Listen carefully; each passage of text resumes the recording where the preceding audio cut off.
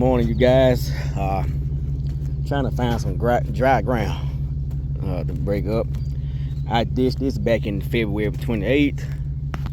Trying to see if it's dry enough to cultivate and put some fertilizer out. But it's still kind of badly soft. And as you can see, grass trying to pop back. Probably just go ahead and put another burn down on it, get my crop duster, and let them burn it. Put a burn down on it. It's still a little too soft. Ain't gonna waste that time and fuel coming across this rascal. You can see, good looking dirt.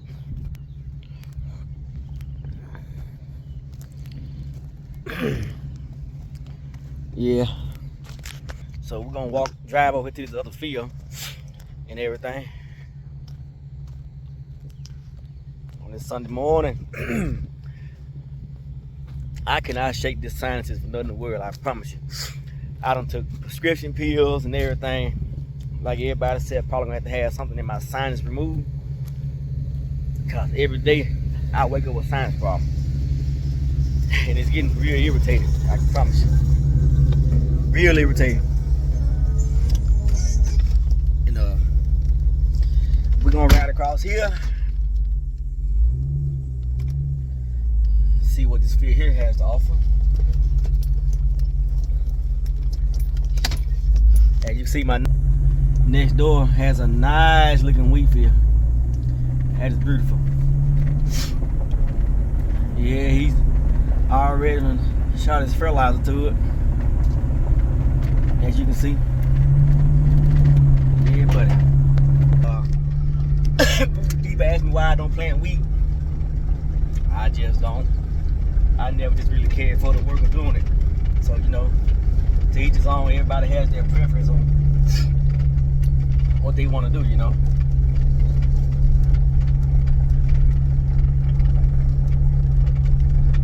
Yep, so here's the other that attaches to that. As you can see, dished it over a month ago. Dry in certain areas and the grass coming back. Call up my crop duster today. We're gonna put some Gramox on and some surfactant, some files on, heat it up and kill this green grass on top again. Cause one thing about me, guys, y'all know I don't care nothing for no green grass. I like to see naked dirt. And I'm gonna keep it that way. And that's what we're shooting for, guys, you know. Excuse me. Trying to shake this little morning cold, but it'll clear up in a little while. We just ready for another year. You see behind me, my little Trailblazer with a 5.3 engine in it, and my neighbor's wheat field. Man, that's some good looking wheat. Dead green. You can see on the other road right there in the corner, to your left right there. Man, that's some nice looking wheat. And this field right that Jones Mines on my right hand side, that I just come out of, is a 100-acre block. 120-acre block. All up to the hill line, far corner. Then down that corner is right there across the creek. And it's a 30-acre block along with this 70 right here. So yeah. No, I think it's 35 or 40, somewhere in on the other side. But this field here produces one of our goodest productions. So get ready to put out 200 pounds of potash and sulfur on this dirt right here. So, you know, stay tuned. So giving you guys lecturing. This is the year you need to put out some fertilizer. I don't know what is your fertility levels on, but I fertilize every 2 years. Cause I put out so heavy I can get, well, no, every other year, basically. Take that back, every other year.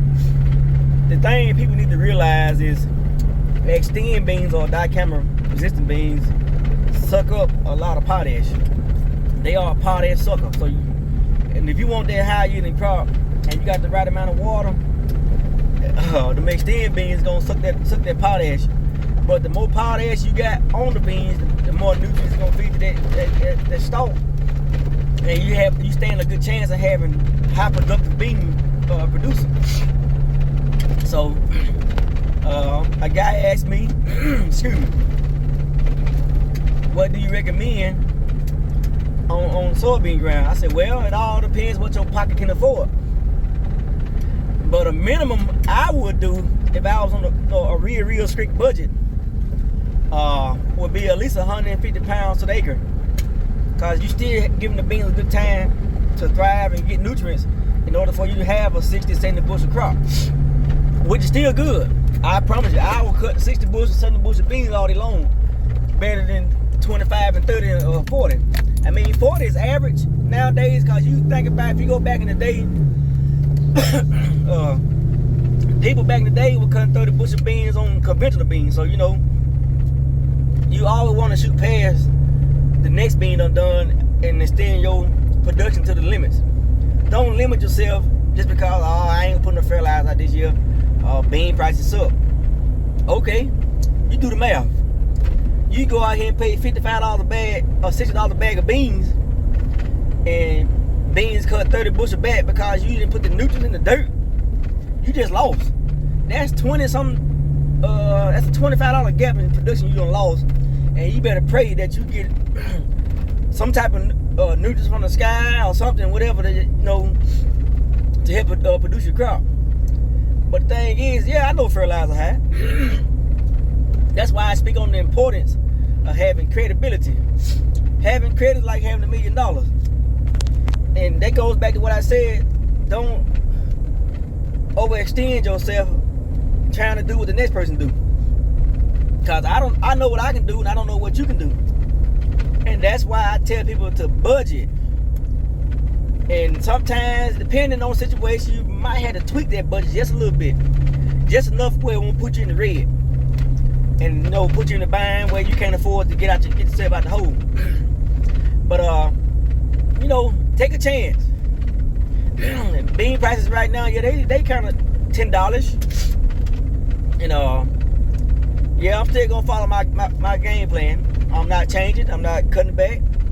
Because farming itself is a gamble. I tell a lot of folks, farmers are the world's biggest gamblers. Cause you don't know what you're gonna get yourself into or how you're gonna get out of it. All thing you doing is wishing, and definitely stand up on a prayer. That's definitely gonna help you suffice and succeed. And when you got that, prayer is a dedication thing to everything. How's it going, Mr. Rich Slick? Yes, sir. He has some nice farm equipment over here. Mr. Guy named Mr. Rush Slick, pretty good guy. But yes, just, you know, take a chance on a lot of things. You know, I used to do a blend. It used to be called old 1836. But the blend done got so high, well, it's ridiculous. But you still can make a crop just using potash and sulfur. I'm telling you, potash and sulfur go a long way. So, you know, you do the math on that, you'll make a crop. But that blend I always used before it went up skyrocket was 1836. Man, you can't beat that with, ooh, man. You talking about a soybean producer. So you guys, I'm heading over here to the other field, over here in Pine Grove, Mississippi. Well, not Pine Grove, Mississippi, Shannon, Mississippi. But it's called the Pine Grove Community, because it's a Pine Grove Missionary Baptist Church over in the bottom, and we call it Pine Grove Community. Not Pine Grove, Mississippi, Shannon, Mississippi. And as you see, coming around this back road, some of this ground, they finally done straighten this damn road out. Man, I have seen water get up this road where you can't drive across it, man. It's just like a tidal wave, man. You just just flowing. I have seen this road get washed out where they had to come back a couple of days and rebuild it and pack it. But that's one of my other farm buddies' ground. And you know, it's riding the back road. I'm almost to it. We was talking the other day, me and Wade and Jeffrey.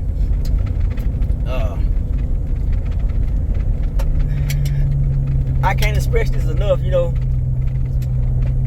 Plant your seed depth shouldn't be no more than over an inch. And you know, we were talking to a young guy, said 2 inches.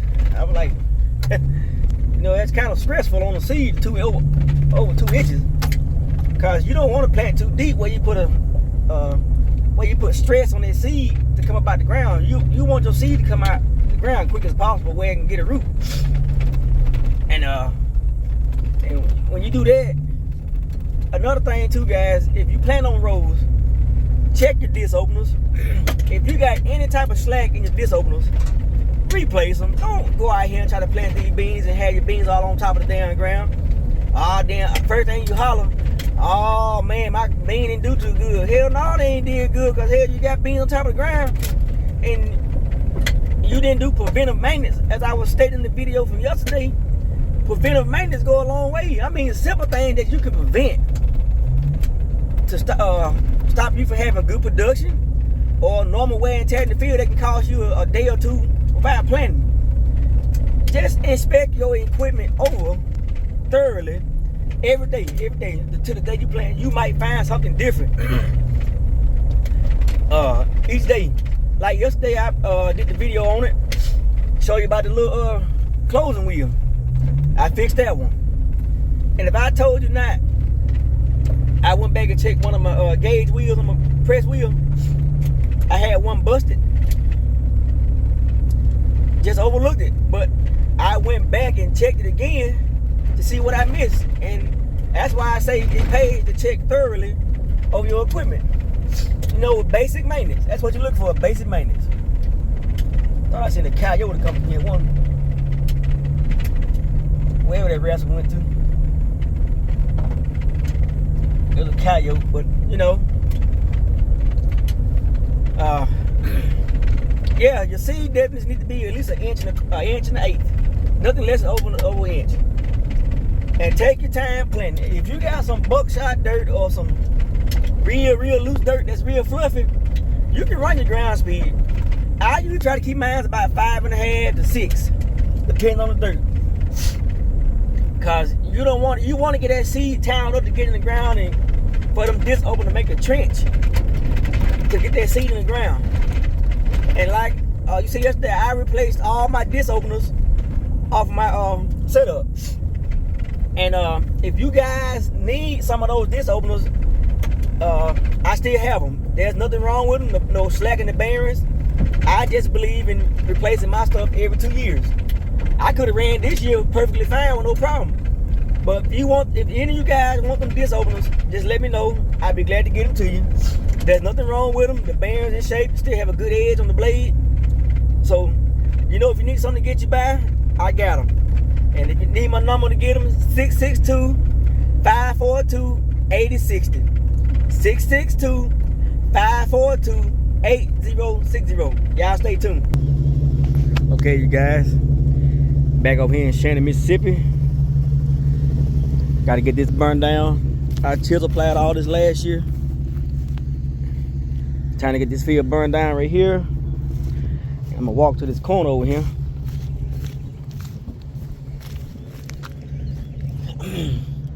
Yep, time for the burn down, buddy. We gonna get this smoked up. Gramoxone. What a surfactant, burn down surfactant called Fire Zone. Woo! You can smoke something, buddy. You would definitely smoke some soybean grind, I can promise you that. Telling you guys, definitely smoke some ground.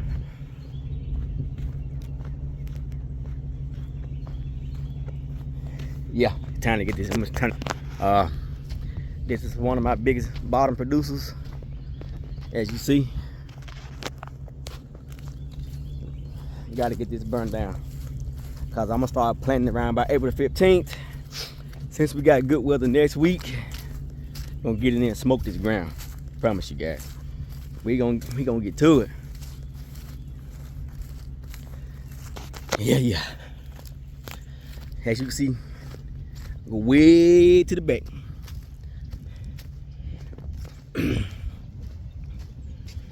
Way to the back. Yep, time to get a burn down on it. We're gonna get it done. That much I can believe, I can show you that. Time to get the old yellow tops out the way and get in here and let's have our fun. Where I'm at now, guys, this is Pine Grove, Shannon, Mississippi.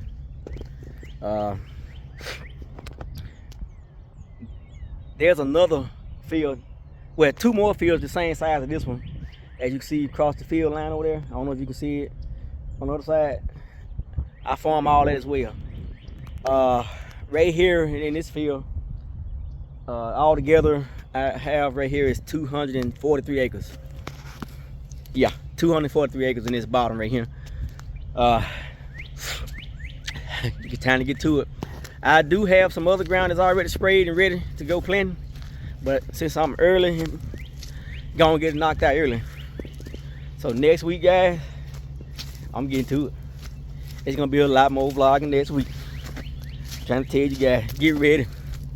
Huggins Farm 25 is on the way, baby. We're gonna shake some land, we're gonna shake and bake, and we're gonna make the earthquake. So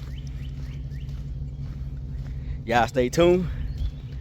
If you need any advice, I tell anybody on burn down, Gramoxone and Fire Zone surfactant, or you can use Roundup, but you know you want to save your Roundup because surfactant is dirt cheap.